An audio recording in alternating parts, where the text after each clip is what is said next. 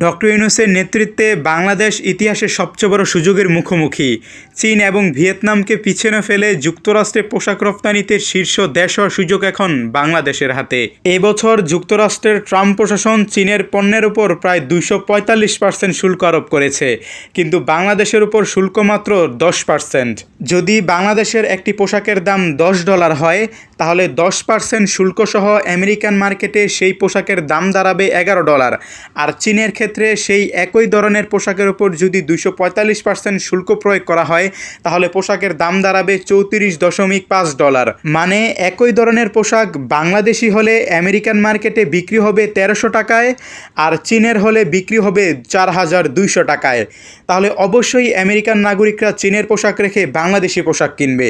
এই মুহূর্তে বাংলাদেশ যদি সঠিক পদক্ষেপ নেয়, তাহলে খুব সহজেই চীন ও ভিয়েতনামকে পেছনে ফেলে যুক্তরাষ্ট্রে পোশাক রপ্তানিতে শীর্ষ দেশ হয়ে উঠতে পারে বাংলাদেশ।